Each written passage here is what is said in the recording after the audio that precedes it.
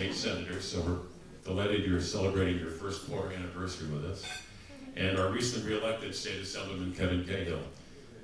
After Kevin began his political career in a leadership position in the Ulster County Legislature, he was first elected to the Assembly in 1992.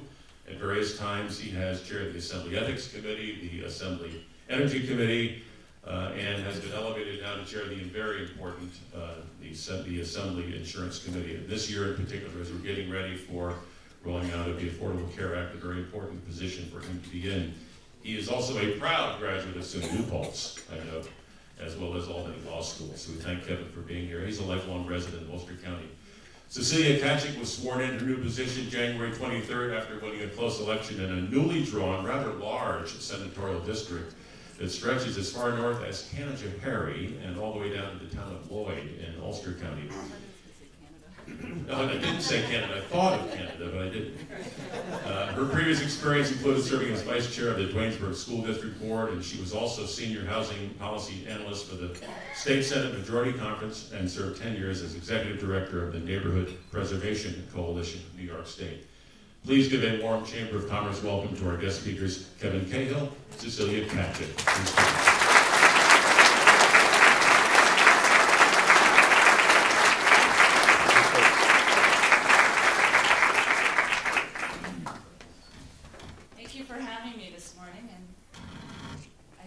Relevant that we're both up here together, because if I've learned anything over the years is the Senate and Assembly have to work together to get things done.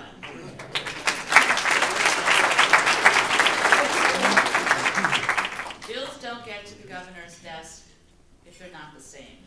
And when you go through the budget process, which we just did recently, we had to work together, and Kevin and I did work together to make sure the education cuts that were in the budget were restored because they impacted schools in our district, and because of high tax aid, a couple schools were disproportionately hit in Ulster County. We worked together to make sure those cuts were restored.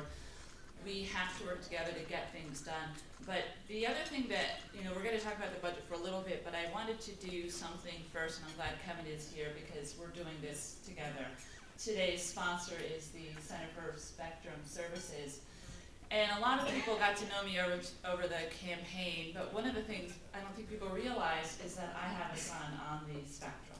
I have a son who has pervasive developmental disorder, not otherwise specified. And I can remember being a parent calling a group, it wasn't the center, but it was near me, and saying, what does this mean? I don't understand this. My son is having difficulty.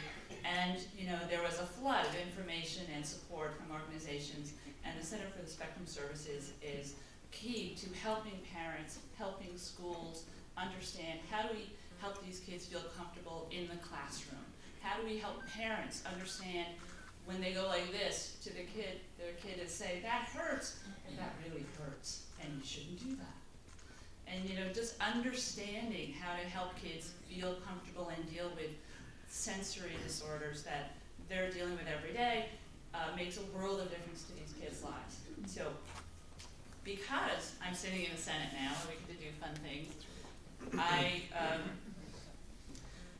introduced a resolution designating April as Autism Awareness Month in New York State, and I would like to present the resolution, Kevin and I, to Jamie Wolf and Susan Buckler, who are the co-founders of the Center for Spectrum Services, and say thank you from a mom, a child who's been helped, a school that's been helped, and businesses who are going to employ these kids in the future for understanding how to help these kids be successful. Thank you.